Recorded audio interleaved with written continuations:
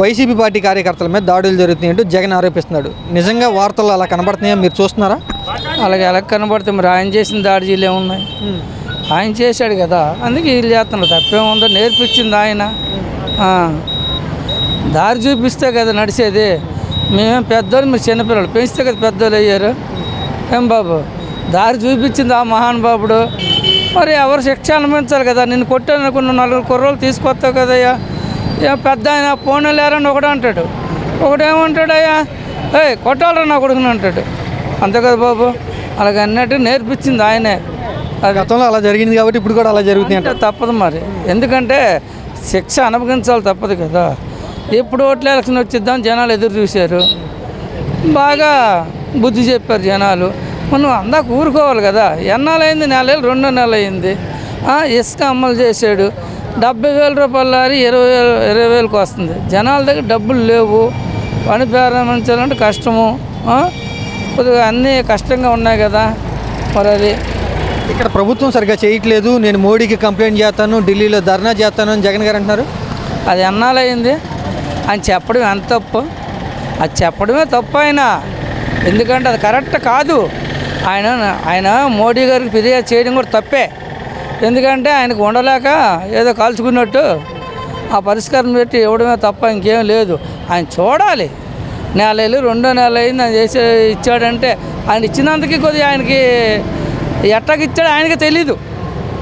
ఎందుకంటే జనాల దగ్గర సానుభూతి రావాలనుకుంటారు, కానీ జనాల దగ్గర సానుభూతి రావాలంటే ఎలా రావాలో వాళ్ళకే వస్తుంది.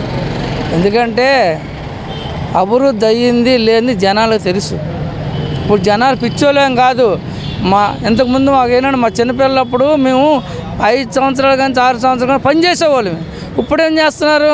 మీరు 10th చదివిన వరకు మీకు ఏ పని తెలీదు. తిండి, చదువు, ఆట, అది పాట అయిపోయింది. మా వెనకాల పనికి రమ్మంటే రారు. మీకు ఒక్కొక్కరు ఇంటర్ అయిపోయి, డిగ్రీ అయిపోయి, బీకామ్లు అయిపోయి రోడ్ల మీద తిరుగుతున్నారు. మీకు డబ్బులు ఇవ్వాలి. మీకు ఆటగా ఎక్కువ అయిపోయింది. అలా తయారు చేసింది ఎవరు తయారు చేశారు? ప్రభుత్వమే తయారు చేసింది. అలాగే ఏం చేశారు? ఊరి మీద పడ్డారు. గాలికి గంజాయిలు అమ్ముకోవడము, సారాలు అమ్ముకోవడము, మందు అమ్ముకోవడము, ఇవన్నీ అమ్ముకుని మాత్రం ఏది ఉంది బాబు?